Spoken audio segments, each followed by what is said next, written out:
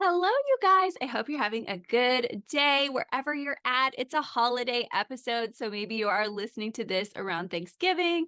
Maybe you're just listening anytime around Christmas or whatever you're celebrating. I hope you have a wonderful time off. Or if you're just like, no, I'm in my car driving to work. Krista, don't rub it in. Like, I get it. I'm here. I love you. So, anyway, let's have fun together typing some Little Women characters today because we know this might be an episode you're listening to with family or friends or just wanting to hang out and chillax and not get into stress. But if you need the stress, I'm like, if you're on YouTube, I'm like literally like sneaking saying this. I have all these episodes ahead for you. So just go back a little bit and then come up ahead and we'll have some help for all your conflict. You know, my book is out there for you. So we have you covered. And I want to make sure that you know that so that we can just have fun today and relax and have some joy. I certainly have needed just a little bit of downtime because I was traveling in Chicago. Then we went to Orlando this past weekend for Dance Revolution. Melody was there as a student all weekend. Hannah was there as a teacher slash student, which was really cool. She got to take teacher choreo classes and dance some of the senior and junior dances. And I was schlepping around as dance mom, but also having fun with my mom friends. And we had a blast. So I loved it. I was so ready to come home. Oh my gosh. For those who have been through soccer tournaments, dance, whatever, thankfully, soccer was canceled this weekend. Everything else was off. Dance was the only thing on, but literally, it was the only thing on. And Wes also had a guys' night. So he had a bonfire men's night at home with Jack, and we girls had this fun time. But I was ready for some rest. And then we're also going to Michigan for Thanksgiving. So it has been a busy time. And now I'm ready, like I said, for just some fun. And we are cooking like this week in our home. Melody and I are making a mini Thanksgiving with some of our favorites. And I'm calling it a minimalist Thanksgiving so that we can really, be on point with style, but more importantly, not have that many dishes. And then also pop in for all of my siblings. They've been getting together all these holidays without us. When you guys, some of you feel me, when you live out of state, you get all these schedules and you can't always travel with kids. And my daughters have, even through Wednesday, some big things. And then one of them is serving on Sunday. So it's just a very short few days trip, but we're going to roll in for a family football game. And my brother's skipping the Motor City chess tournament. And we're going to have bowling time as an extended family because my family up there loves bowling. It's really good at it. Some of my nephews are getting these games where they're like, I got a I don't know, 70 or something, like amazing ones. And so I'm just excited to get to be with my people. And then also, of course, just be with you here for a fun episode. So take a deep breath and wherever you're at, just join me in falling into some fun with the Alcott author, Louisa May Alcott, one of my favorite authors. I don't talk about a lot because I kind of wore her writing out when I was a new mom. I got, of course, had been reading Little Women since I was a kid, watching it constantly. I watched the old, super, super old episode of that. I'm trying to even think of who was, it's not an episode, it's a movie, but I think June Summers episode. Anyway, I can't even remember the name, but it's like a 1920s, just when TV was coming out, sort of star episode. And then I, of course, went through the Winona Ryder phase and Gabriel Byrne. And I want to puke when I think about them together because I did not think they were the right fit. I liked Christian Bale better for her, who is Lori. And then now we're up to the more recent Little Women, which is so funny how we all have our differences. That's my daughter's favorite. The Greta Gerwig Little Women. I love it. The soundtrack, absolutely adore.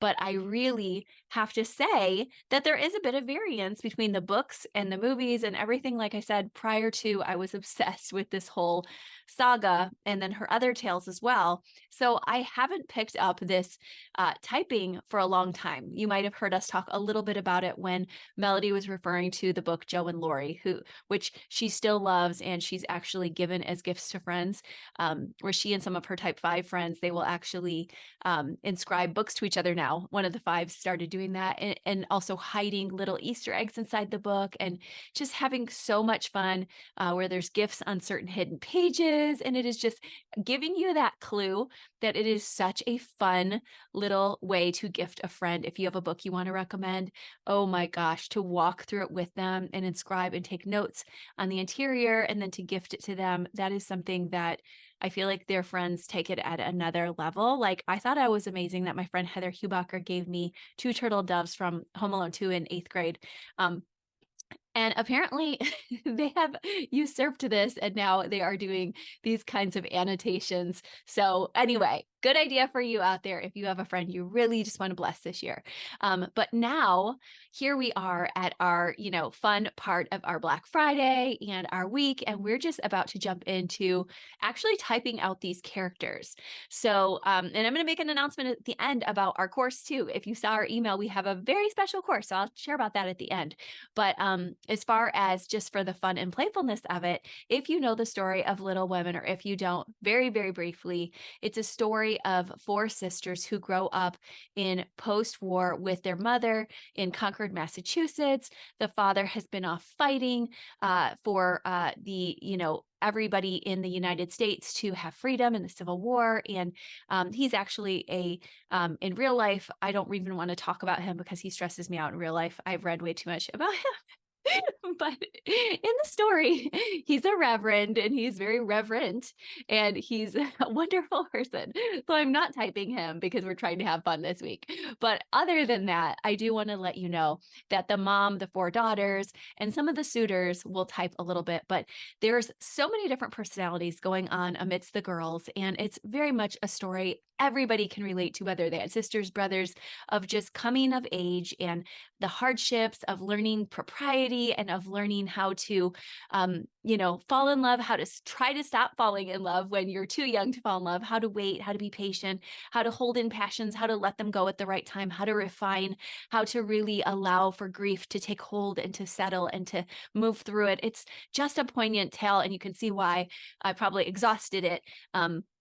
But But now we can have some fun with it together here, and even, of course, occasionally revisit it. But I did that with Wizard of Oz. I did that with Ewoks when I was little. I did this with this movie. And some of my movies, like You've Got Mail, While You Were Sleeping, Serendipity, it's like, I don't know about you guys, sometimes I'll just exploit, and then I'm like, I'm done with it for a while. So I had that. Now I'm coming back to Little Women. So we have the 4 sisters, which are Jo, Meg, we also have Amy, and we have Beth. And so Jo is somebody who is seen as a very rambunctious girl who is obviously, in these times of post-war, she's trying to find, even actually during the war, she's trying to find her way into the fray of it all. She desires greatly to be part of the charge, and there's very 8 energy with Jo. Now, both of my daughters described her as a 7, and I think anyone with very big 3, 7, or 8 energy has and will always have a piece of Jo with them. So I can't take Jo from any of you. Even some of you who are 1, sexual 1, very feisty, you might feel like Jo is you. And so I don't want to ever take Jo away from anyone. Hannah wants to maybe name one of her daughters Jo. She maybe wants to name her Ramona Jo, because I named her after Ramona Quimby, the rambunctious little girl in the Beverly Cleary series. And she's like, but Mom, if I have a Ramona Jo, she's going to be way too much trouble. So she might have to just pick between. But Jo is this person who has lack of boundaries and really has struggles with refining her temper. And that's where I think the 8 comes in. And if you ask me, I think she's got 8 wing 7 vibes. But like I said, the girls were all about 7 wing 8. And if they ever kind of relate me to a character, they're always like, Mom, you're so Jo. Now that, I think, is the writing overlay. Jo also happens to be a writer. And so I think they may be putting those 2 things together a little bit. But either way, this is our take, and you're getting the collective of the Hardens on, whether we're colluding here somewhere between the 7 and the 8 for Jo. And then we also have one of the other older girls is Meg, and she and Jo are the counterparts to each other, a bit of a yin yang going on there. I think that Meg is a 1 wing 2. And I was struggling a little bit between 2 wing 1 or 1 wing 2, but both of my daughters are great at typing, and they were both like, separately. I interviewed them separately. They both said she's a 1. And I thought, you know what? And Hannah just had, a burst of, Mom, the reason she's a 1 wing too is she has a lot of anger when she's kind of just stuck being the proper one. And she's like, make sure you take good care of my things, Joe. You're always burning everything and burning your hair. And I guess I can very much relate to the Joe of that, but definitely, and also having a 1 Megish sister and my eldest sister. And I think that really, also makes me feel like she's so sweet when she goes to a party, for those of you who remember, and she gets a little tipsy and she gets in trouble for that from a friend. Her friend judges her and, she just, I kind of just feel for her. I'm like, gosh, 1s can't ever mess up. Like, and people hold her to such high standard. And yes, her friend was right. She's worthy without drinking. He made every good point about that. But to be completely honest, I also felt like, I could just appeal to that part of her who's a 1 who's like, I'm not allowed to have fun, but also very prudent and responsible. And even when she later in the show, she desires fancy things and fine things for a once in a while treat, her husband chides her a little bit about that. He's the tutor, John Brooke, and he's really practical. And I'm not going to pause on him for too long, but I think he's a bit more 5-ish or possibly another 1. And so he's tutoring, he's teaching, he's excellent with studies. But he is proper. And this is something that he expected, was that she would not go over budget. So that's where I get my 5/1 with her affianced and then later married John Brooke. And I do love their love story. He has a valiant part of him where he goes off to fight in the war and they wait for each other. The musical with Sutton Foster and the whole gang is also amazing. Got to see that when Hannah was a baby. But the truth is, it's just such a wonderful story. And you get to see their love, even though they're poor. They're just one of the many, many, many couples of the time and now who have love, even if not money. And I know that reminds me so much of my mom and dad when I have that letter from my mom where she's like, man, we're having our 4th kid, me, and they want me to abort, but I'm not going to, even if she has to wear hand-me-downs, because we care more about love than, who cares if our child's in like Salvation Army clothes once in a while. And anyways, what's funny is I loved thrifting as a teenager. Now Hannah does. And I don't even care. Like, maybe that's why I don't care as much about clothes sometimes. But working on that instinct, because I know that I want to be balanced with all things. But now that I'm processing that, I'm like, now I know I don't care about that as much. Okay, so moving on to another sister yet, we have Beth. And Beth is very precious. Both of my girls described her as very shy, reserved. I would absolutely echo the same. When I was little, I was very shy. I thought I was a lot like her. But they both typed her as a 9. And of course, none of us would think she was a 7 if you've seen it or read it. But she really is somebody with deep care. And they also, Melody said almost 5. And I thought of that too, because she really has a passion for learning piano and the research behind that. It's not, you don't see her in sloth as much. You see her in a state of feeling shy and withdrawal and weak. And she gets weakened by disease. And so it's a precious, hard part of the story when she gets scarlet fever, and she is very caring. And I see 5s and 9s as very caring, but I will say that's the 9 side I see when she goes and takes care of those Hummel children, and she, takes the place of her mother as a thoughtful leader of giving. And oh my gosh, I'm not going to cry, but that makes me want to cry, the way that she's carrying on her mother's giving legacy. Okay. So, type her within that 9-5 range, maybe even a bit of a 2. And I think we're in that Good Samaritan range if we looked at the 5-9-2 tri-type. So I think that as we move on to the last sister, Amy, we will notice that she is in the heart triad. She is all about attention and feelings and, display. And she is very in that 3 state, in that way of wanting to be the most popular girl, to get the lemons because they're in fad, what's most vogue and popular. And there's a lot of 4 with her being the artist, but she's very practical with it too. And there's even some 1 in that way that she's like, hey, I know what it takes to be an amazing artist as she grows older. And she's like, that's not me. But to be honest, I am decent at art, but I know amazing art when I see it. And she was able to more allow herself to have the refinements of love and to eventually marry Teddy, who we haven't talked about yet, but we will in a moment. And she was able to enjoy him as a patroness of his riches and just really make a good life for herself out of these kinds of achievements. These were based off of the 4 March sisters in real life.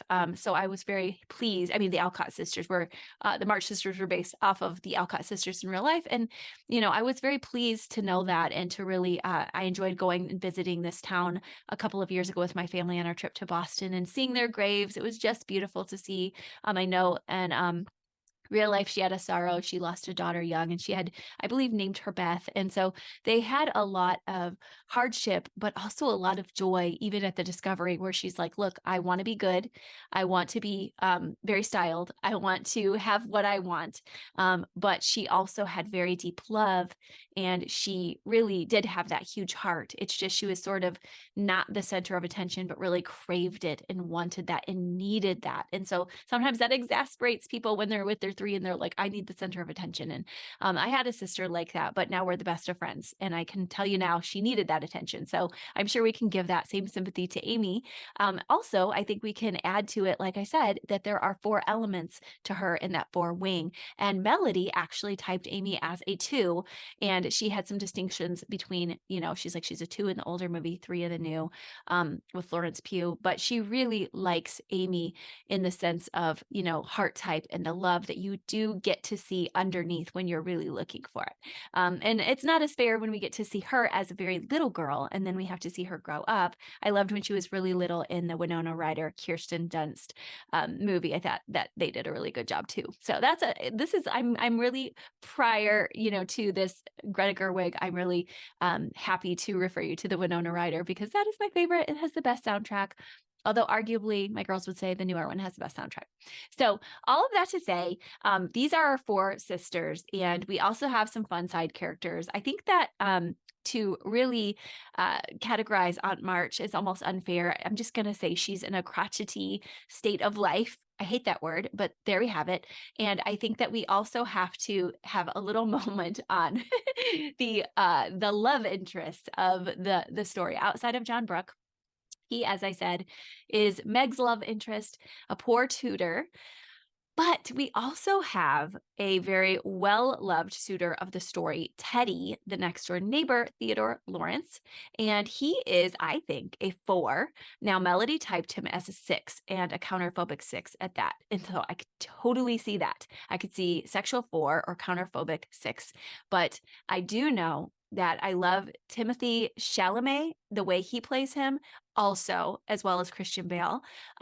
But it was hard for me to, really get into, the reasons why Joe didn't want to be with him. And that's like a whole book. And that's why Melody had to do that whole episode with me on that one time. But I do understand that sometimes it's more like a sibling relationship than a love relationship between lovers. And the polarity wasn't there enough for Joe because she was such a strong temperament that whatever temperament he was, it felt too brotherly for her. And you probably have people like that too, where you're like, I think I could be attracted to them, but there may be too much similarity.